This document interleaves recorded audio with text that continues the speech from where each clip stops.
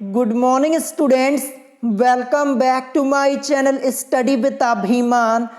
आज मैं आप लोगों के लिए यूपी बोर्ड एग्जाम 2022 के लिए क्लास 10th के लिए हिंदी पद्य के चैप्टर 2 के कुछ मोस्ट इंपॉर्टेंट पद्यांशों की व्याख्याओं को लेकर आया हूं। आज की इस वीडियो में मैं आप लोगों को यहाँ पे जितने भी पद्यांशों की व्याख्याएं करवाने वाला हूं, ये सभी पद्यांशों की व्याख्याएं आपके बोर्ड एग्जाम के पॉइंट ऑफ व्यू से मोस्ट इंपॉर्टेंट है और इस बार आपके बोर्ड एग्जाम में ये व्याख्याएं पूछी जा सकती हैं। तो जैसा कि आप सभी स्टूडेंट्स जानते हैं कि आप लोगों के बोर्ड एग्जाम का शेड्यूल आ चुका है और पहले ही दिन यानी 24 मार्च को आप लोगों का हिंदी का एग्जाम होने वाला है। तो मैं कोशिश करूंगा कि 24 मार्च के पहले मैं आप लोगों को हिंदी के सभी मोस्ट इंपॉर्टेंट क्वेश्चन सॉल्व करवा दूं। और मैं आप सभी स्टूडेंट्स को बता दूं कि इससे पहले मैंने आप लोगों को हिंदी पद्य के चैप्टर 1 के कुछ मोस्ट इंपॉर्टेंट पद्यांशों की व्याख्याओं को करवा दिया है। अगर अभी तक आप लोगों ने इस वीडियो को नहीं देखा है तो इस वीडियो की लिंक मैंने आप लोगों को इसी वीडियो के डिस्क्रिप्शन बॉक्स में दे दी है। आप वहां से जा करके हिंदी पद्य के चैप्टर 1 के मोस्ट इंपॉर्टेंट पद्यांशों की व्याख्याओं को देख सकते हैं। तो चलिए फिर आज की इस वीडियो को स्टार्ट करते हैं।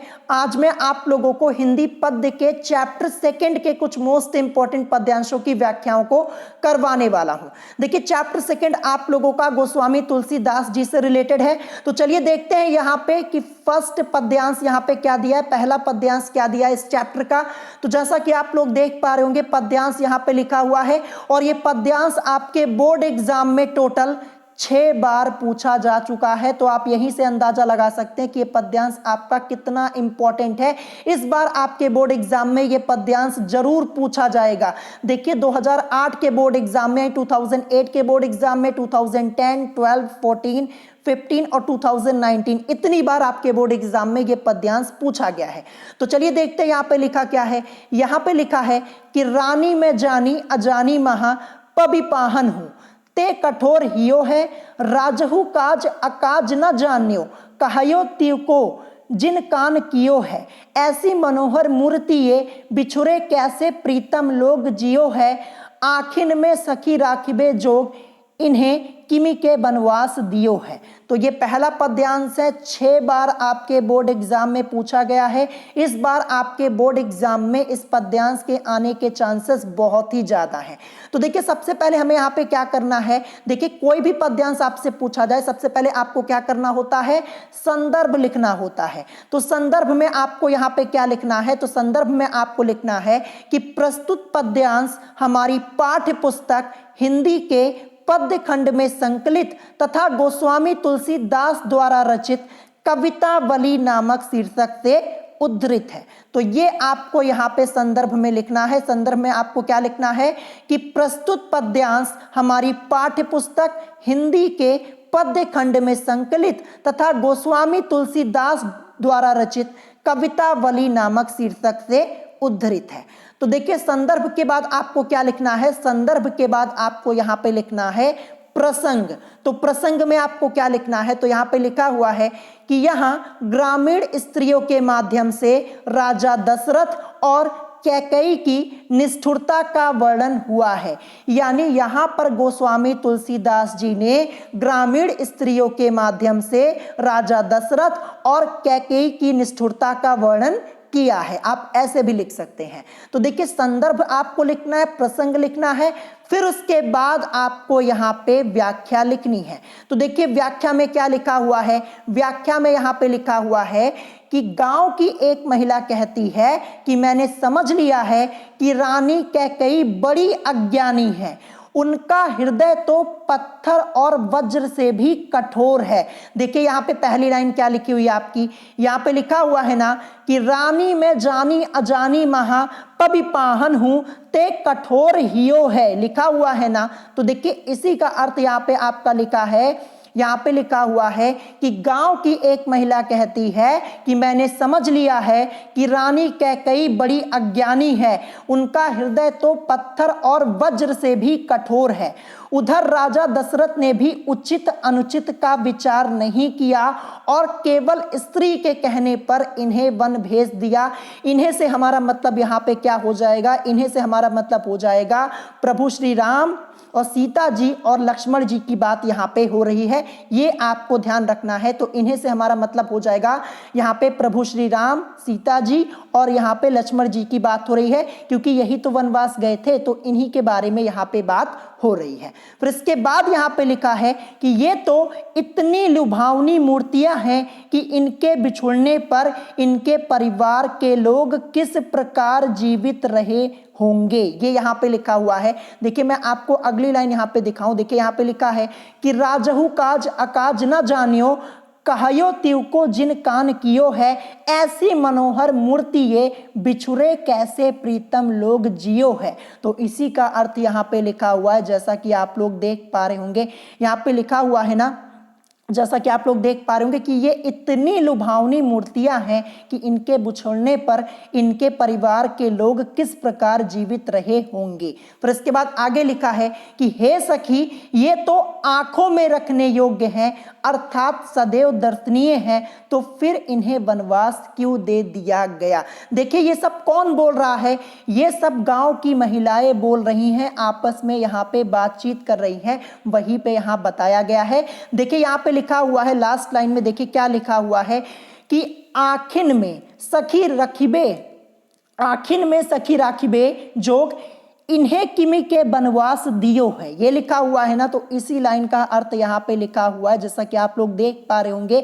देखिए ग्रामीण महिलाएं आपस में बातचीत कर रही हैं, वो कह रही हैं कि हे सखी ये तो आंखों में रखने योग्य हैं। ये तो से हमारा मतलब किससे हो जाएगा, प्रभु श्री राम से, लक्ष्मण जी से और सीता जी से, इनके बारे में यहाँ पे बात हो रही है। तो हे सखी ये तो आंखों में रखने योग्य हैं, अर्थात सदैव दर्शनीय है, तो फिर इन्हें वनवास क्यों दे दिया गया। ये आपस में बातचीत कर रही हैं ग्रामीण स्त्रियां, ग्रामीण महिलाएं, ये आपको ध्यान रखना है। तो देखिए यहाँ पे व्याख्या कंप्लीट हो जाती है। देखिए व्याख्या के बाद आपको एक काम और करना है, काव्यगत सौंदर्य आपको लिखना है। अगर व्याख्या के बाद काव्यगत सौंदर्य आपने लिख दिया तो आपको पूरे पूरे नंबर मिलेंगे, एक भी नंबर कट नहीं होगा। और अगर नहीं लिखेंगे तो एक नंबर तो आपको कम जरूर मिलेगा, ठीक है। तो यहाँ पे अगर आप पूरे नंबर चाहते हैं तो आपको काव्यगत सौंदर्य लिखना होगा। तो देखिए काव्यगत सौंदर्य में पहला पॉइंट क्या लिखा है कि यहाँ पर ग्रामीण बालाओं की सहृदयता और दयालुता द्रष्टव्य है, यानी यहाँ पर ग्रामीण बालाओं या फिर आप बोल सकते हैं ग्रामीण स्त्रियों की सहृदयता और दयालुता देखने योग्य है, द्रष्टव्य है, ये यहाँ पे बताया गया। फिर इसके बाद भाषा यहाँ पे क्या है, मुहावरेदार ब्रजभाषा, रस यहाँ पे क्या है, श्रृंगार और करुण है, गुण यहाँ पे क्या है, माधुर्य, अलंकार, अनुप्रास है, छंद यहाँ पे क्या है, समय है। देखिए अगर आप काव्यगत सौंदर्य में ना 2 से 3 पॉइंट भी लिख देते हैं, टोटल 6 पॉइंट आपको लिखने की जरूरत नहीं, अगर 2 से 3 पॉइंट भी लिख दिया ना तो आपको पूरे पूरे नंबर मिलेंगे। तो ये आपका यहाँ पे पहला पद्यांश था, इसको आज के आज ही तैयार कर लीजिएगा। इसके चांसेस बहुत ही ज्यादा है कि इस बार आपके बोर्ड एग्जाम में ये पद्यांश आपका पूछा जा सकता है, जो कि 24 मार्च को आपका हिंदी का एग्जाम होने वाला है, वहां पे आपसे ये पद्यांश पूछा जा सकता है, ध्यान रखिएगा, ठीक है। अब चलिए इसके बाद देखते हैं दूसरा पद्यांश यहाँ पे क्या दिया है। तो देखिए दूसरा पद्यांश आपको आपकी स्क्रीन के ऊपर दिख रहा होगा, जो कि आपका इसी चैप्टर का है। और देखिए ये भी पद्यांश आप लोगों का टोटल 6 बार पूछा गया। कितनी बार? 6 बार पूछा गया। तो 7वीं बार भी आपसे पूछा जा सकता है, मोस्ट इंपॉर्टेंट है। मैं आपको बता दूं आज की इस वीडियो में जो पद्यांश मैं आपको करवा रहा हूं, इस पद्यांश में से एक ना एक पद्यांश आपको बोर्ड एग्जाम में जरूर मिलेगा। यहां पे देखिए दूसरा यहां पे क्या लिखा है, यहां पे लिखा है कि सुनि सुंदर बैन सुधारस साने सयानी है, जानकी जानी भली, तिरछे करी नैन दे सैन तिन्हे समुझाई, कछु मुस्काई चली, तुलसी तेहि अवसर सोहे, सबे अवलोकित अवलोकति लोचन लाहु अली, अनुराग तड़ाग में भानु उदय, बिगसी मनोमंजुल कंज कली। तो ये दूसरा पद्यांश आपका है 2009 के बोर्ड एग्जाम में, 2011, 13, 15, 17, 19, यानी टोटल 6 बार ये पद्यांश आपका पूछा जा चुका है, मोस्ट इंपॉर्टेंट है। तो चलिए अब संदर्भ हम यहाँ पे लिखेंगे। देखिए कोई भी पद्यांश आपसे पूछा जाता है तो सबसे पहले आपको क्या करना होता है, संदर्भ लिखना होता है, ठीक है। तो संदर्भ में यहाँ पे आपको क्या लिखना है कि प्रस्तुत पद्यांश हमारी पाठ्य पुस्तक हिंदी के पद्य खंड में संकलित तथा गोस्वामी तुलसीदास द्वारा रचित वन पथ पर नामक शीर्षक से उद्धृत है। किस शीर्षक से? वन पथ पर नामक शीर्षक से उद्धृत है। यहां पे शीर्षक दूसरा लिखा हुआ है, अब इससे पहले जो पहला कराया था वहां पे कवितावली था, ध्यान रखिएगा। तो यहां पे क्या है? वन पथ पर। तो संदर्भ में आपको लिखना है कि प्रस्तुत पद्यांश हमारी पाठ्यपुस्तक हिंदी के पद्य खंड में संकलित तथा गोस्वामी तुलसीदास द्वारा रचित वन पथ पर नामक शीर्षक से उद्धृत है। तो संदर्भ हो गया। संदर्भ के बाद आपको क्या लिखना है? प्रसंग लिखना है। तो प्रसंग में यहां पे क्या लिखा हुआ है कि ग्राम बालाओं ने सीता जी से उनके पति के विषय में जानकारी करनी चाहिए। इस पर सीता जी ने उन्हें संकेत के माध्यम से ही सब कुछ बता दिया। तो यहाँ पे प्रसंग में आपको ये लिखना है कि ग्राम बालाओं ने, या फिर आप बोल सकते हैं ग्रामीण स्त्रियों ने सीता जी से उनके पति के विषय में जानकारी करनी चाहिए। इस पर सीता जी ने उन्हें संकेत से ही सब कुछ बता दिया। तो ये प्रसंग में आपको बताना है, यहाँ पे लिखना है। फिर इसके बाद यहाँ पे व्याख्या की बारी आती है।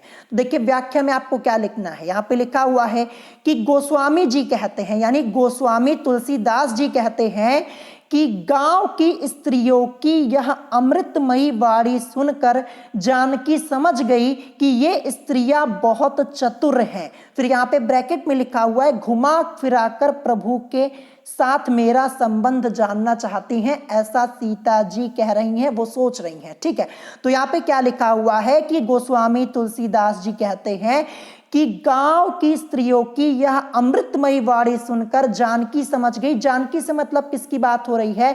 सीता जी की बात यहाँ पे हो रही है। तो जानकी समझ गई कि ये स्त्रियां बहुत चतुर हैं, घुमा फिराकर प्रभु के साथ, प्रभु से मतलब श्री राम जी के साथ मेरा संबंध जानना चाहती हैं। फिर इसके बाद लिखा है, अतः उन्होंने मर्यादा का पालन करते हुए संकेतों के द्वारा उन्हें बता दिया, यानी संकेत के माध्यम से समझा दिया। फिर इसके बाद आगे लिखा है कि अपने नेत्र तिरछे करके इशारा करके कुछ समझाकर सीता जी मुस्कुराती हुई आगे बढ़ गई। तुलसीदास जी कहते हैं उस अवसर पर वे स्त्रियां उनके दर्शन को स्वयं का लाभ मानकर राम की ओर टकटकी लगाए हुए देखती हुई ऐसी शोभा पा रही थी मानो सूर्योदय होने पर प्रेम के तालाब में सुंदर कमल कलियां खिल उठी हो।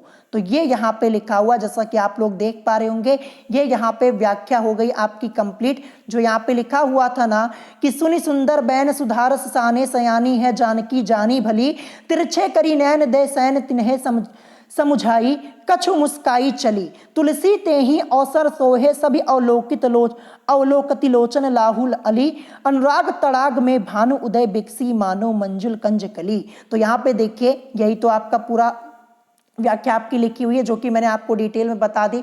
तो इस व्याख्या को आपको अच्छे से तैयार कर लेना है। देखिए मैं आपको बता दूं, 24 मार्च के बोर्ड एग्जाम में आप लोगों से इन दो व्याख्याओं में से, जो आज मैं आपको करवा रहा हूं, इनमें से एक व्याख्या आपको जरूर देखने को मिलेगी। तो तैयार जरूर कर लीजिएगा। व्याख्या मैंने आपको बता दी।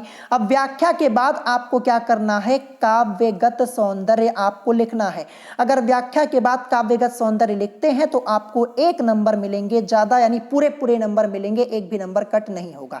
तो देखिए सबसे पहला पॉइंट यहां पे क्या लिखा है कि यहां पर राम सूर्य हैं, स्त्रियों का प्रेम तालाब है और उनके नेत्र कमल की कलियां हैं। ये जो यहां पे पॉइंट बताया गया है ये मोस्ट इंपॉर्टेंट है, इसको आप काव्यगत सौंदर्य में लिख सकते हैं। ठीक है, तो ये आप लिखेंगे तो आपको नंबर मिलेंगे। फिर इसके बाद यहाँ पे दूसरा पॉइंट है कि इन पंक्तियों में नारी सुलभ लज्जा का सुंदर चित्रण हुआ है। फिर इसके बाद भाषा ब्रज है, रस श्रृंगार, गुण माधुर्य, अलंकार रूपक है, उत्प्रेक्षा है और अनुप्रास, और छंद यहाँ पे क्या है? सवैया है। ठीक है, तो काव्यगत सौंदर्य मैंने आपको बता दिया, ये व्याख्या बता दी। तो देखिए आज की इस वीडियो में मैंने आप लोगों को यहाँ पे 2 पद्यांशों की व्याख्या करवाई है और ये दोनों मोस्ट इंपॉर्टेंट है। आज के आज ही इनको तैयार कर लीजिएगा, क्योंकि इस बार आपके बोर्ड एग्जाम में इन दोनों व्याख्याओं में से एक तो जरूर पूछी आएगी, तो तैयार कर लीजिएगा। ठीक है, तो अगर आज की वीडियो आपको पसंद आई हो तो वीडियो को लाइक करना मत भूलिएगा और साथ ही साथ हमारे चैनल स्टडी विद अभिमान को सब्सक्राइब करना मत भूलिएगा। तो आज की वीडियो में इतना ही, मिलेंगे नेक्स्ट वीडियो में। Thanks for watching.